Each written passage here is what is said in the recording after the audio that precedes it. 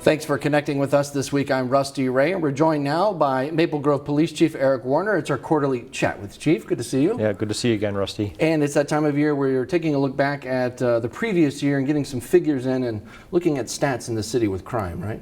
Correct. And what's that looking like for 2023? You say that there's some improvement on some of the figures? Yeah, absolutely. So we've got our preliminary numbers in from 2023, and we compared them to 2022.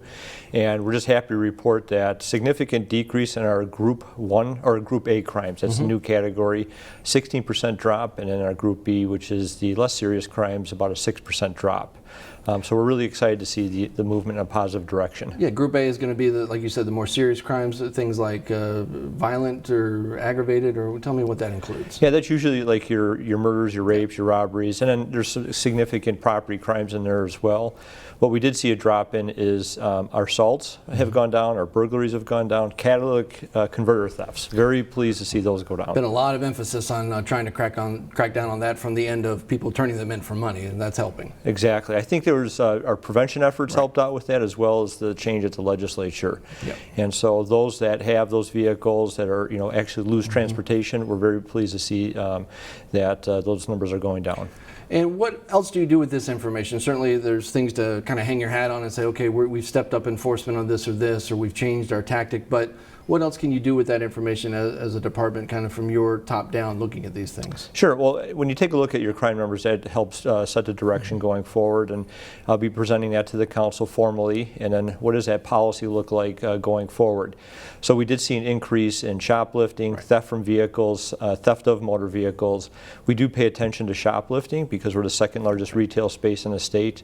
And one of the city goals that was adopted is how do we look at retail crime prevention and enforcement, and can we do some things innovative? So that'll be a priority this next 12 months. We want people to come to our city, visit, eat, shop in a safe manner, but when you have especially those very aggressive shoplifters where they push just the whole cart out, they get in their vehicles, they're resistant to our officers, we're going to try and eliminate that. Do you think that's something that people are looking out for and noticing if someone else is doing that? Or certainly they want to protect their person, their car, their family when they're out in public, but when they see something like that happening, people don't want to get involved in that, or may not even realize that that's happening around them.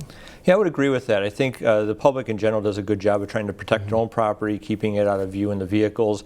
But also, I think they do see it, but they don't want to get involved. When you've got your group of kids with you, that's obviously a safety issue. We're pleased with the response from many of our businesses, particularly Kohl's. I'll give them a shout out.